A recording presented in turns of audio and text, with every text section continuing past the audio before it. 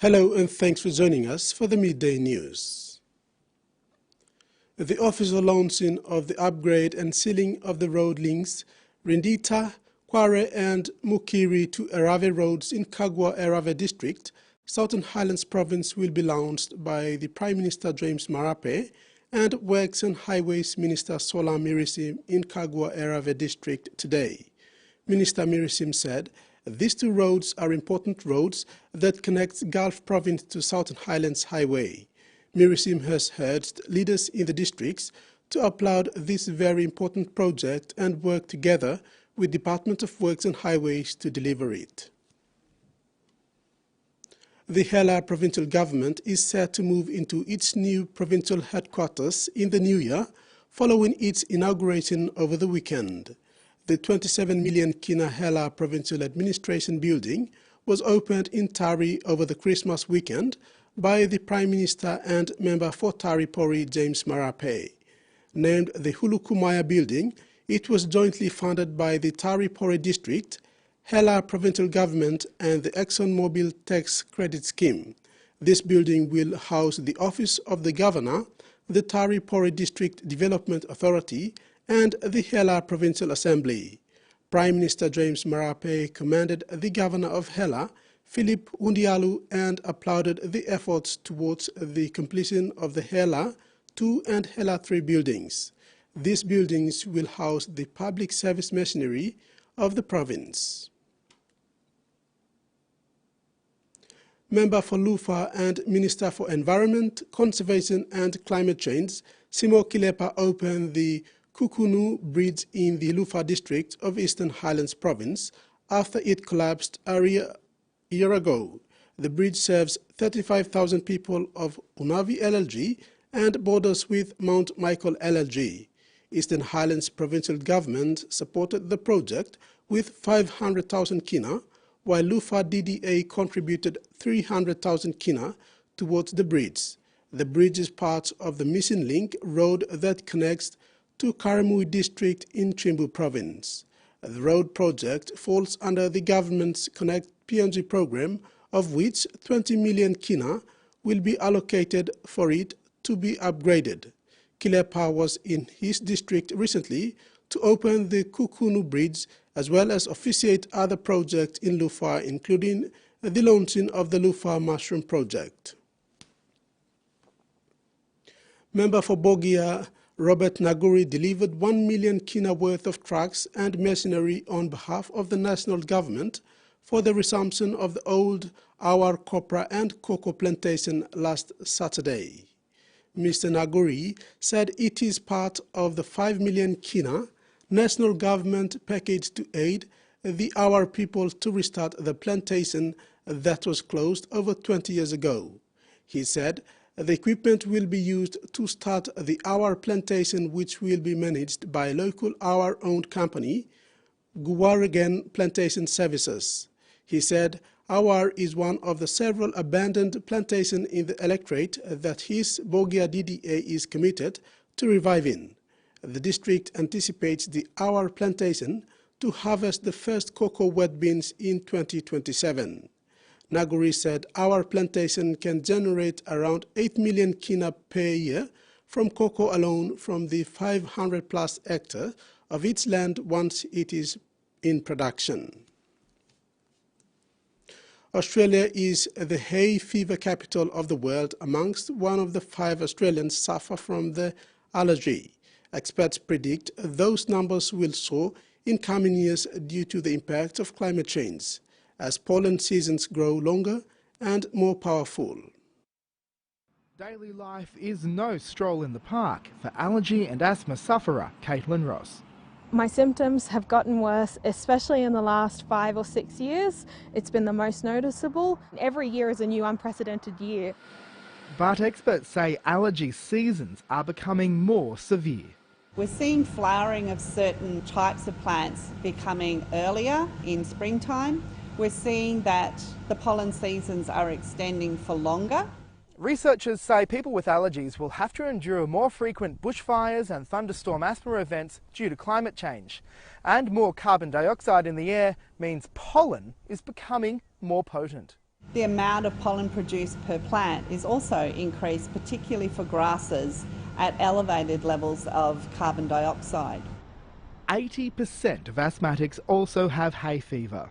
Research from the peak body shows a clear trend.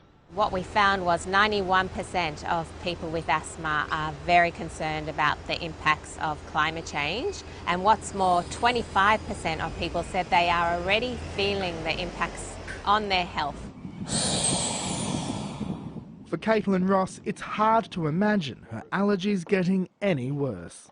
To be told that I am already at that top end of the scale, to then have the prospect of it being worse than it already is, that's terrifying to me. The number of Australians who experience hay fever is forecast to grow by 70% by 2050, meaning millions more people will have to manage allergies of their own. Queensland's North Barnett region is scattered with rock formations from a time when it was covered in oceans with a thriving coral reef. Researchers are hoping that the fossils left behind from this ancient reef formation can help shed a light on modern-day issues facing the Great Barrier Reef. Blink and you'll miss them, but these rock formations in Queensland's North Barnett are a link to ancient times. A person just driving by, it just looks like a grey limestone sticking up. And so you could miss it so easily. They're called coral bommies, and they're part of a reef structure you'd normally see off the coast. This is one of the fossil corals from Old Caninda. While the Caninda Reef near Monto, west of Bundaberg, is no longer alive, researchers hope it holds secrets to help protect the Great Barrier Reef. By understanding how they have reacted to change in their environment through time, it gives us a lot more information about what might happen to the current environments as they change. Artists are helping to bring the ancient reef to life. I think this is really an important part of Monto's development. Learning from the past. It's part of where we are now, and it's made the country what it is, and it needs to be honoured and taken care of. To protect future reefs. The more we know about these reactions, the better prepared we are to understand what we might face in the future. The 2023 NCD Governors' Cup Rugby League competition hosts its grand final in bowl and pennant categories today at Coney Tigers Oval. The men's division play grand finals in both categories, bowl and pennant, while women's division plays in bowl, as there is no pennant for women in the men's division. In the men's division, 972 Eagles plays Erima Wanderers in the pennant grand final, and Moratta Swans plays BG Dogs in the bowl grand final. Cup grand final is this Sunday, December 31st. 4 teams will square up today to book their spots for the major prize. MC Bulldogs go up against RAC Moratta Swans in the Battle of Brothers from the first spot in the Cup finals, and WC1 rematch plays Barra Fox Hangers for the remaining spot. Adelaide will host 2 of Australia's most prestigious chess tournaments in January, giving locals a rare opportunity to match it with the nation's best. Among those vying for the title will be twins Carlotine and Cindy Chen, as well as prodigy Tarus Jindal, who is tipped to one day become an international chess master. Tarus Jindal is only 11, but is already South Australia's under-15 state champion. You need a little bit of creativity. It takes a lot of hard work, and it takes a lot of sacrifice time. Tarus only moved to Australia from India with his family early this year. He's already one of the state's best hopes at the upcoming Australian Junior Championships. My aims and goals for the championship is to get in the top 3, and then my further goals are to just become the under-12 champion. Tarus only started playing chess during the pandemic and practices 4 hours a day. He recently jumped into the top 20 in the country for his age group. I'm really looking forward to becoming a great chess player after 10 years. Adelaide twins Charlotte and Cindy Chen are also tipped to go far. Cindy is the current national under-10 champion, and earlier this year both girls won state titles. They say chess is a game for everyone, irrespective of their ability, experience or age. I love the challenges and I love learning from my mistakes. I love how there are so many possibilities that you can play on the board. Cindy and Charlotte will both compete for the title in the Under-12 Girls Tournament starting January 13. The Senior Chess Championships will also be held in Adelaide earlier in the month, for the first time in 20 years. Check me.